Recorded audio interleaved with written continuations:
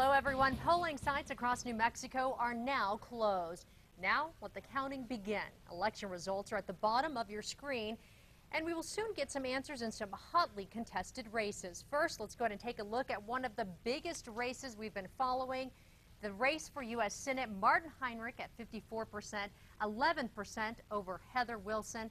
John Berry picking up 2%. Now let's get to Dick Niffing and News 13's political analyst Gabe Sanchez.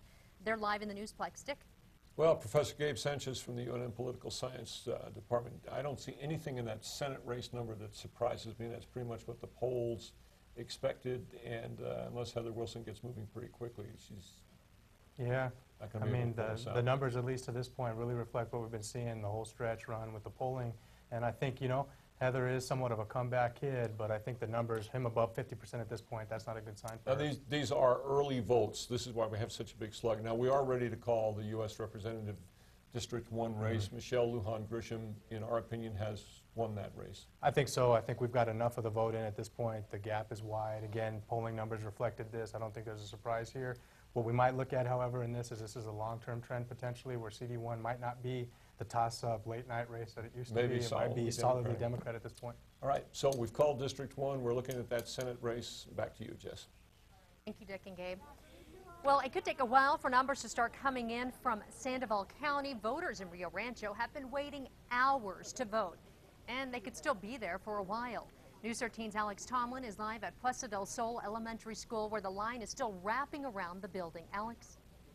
Yeah, Jessica, it's not just wrapping around the building. We've actually seen the line curve around inside, and all these people are waiting. So let's talk to some of them. How long have you been in this line? Since 5, so about 2.5 hours. How are you feeling? Good. You feel good? Yeah. How long have you guys been in this line? Same amount of time. about He's 5? good company though, so it makes it easier. Yeah. And what do you think?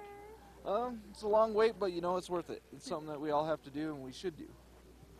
Great. So this seems to be the most spirited part of the line. I'm not going to lie. There's been a lot of joking, a lot of good spirits here. All these people want to make sure their vote counts, but we want to hold people accountable as to who caused this problem. We just spoke to the Sandoval County clerk. She says this was not done on purpose, and this isn't something that they planned for. They are having a problem with very few workers. In fact, one voter who came out of this facility told us that just one person is handling the ballots once you vote, which is really slowing things down here.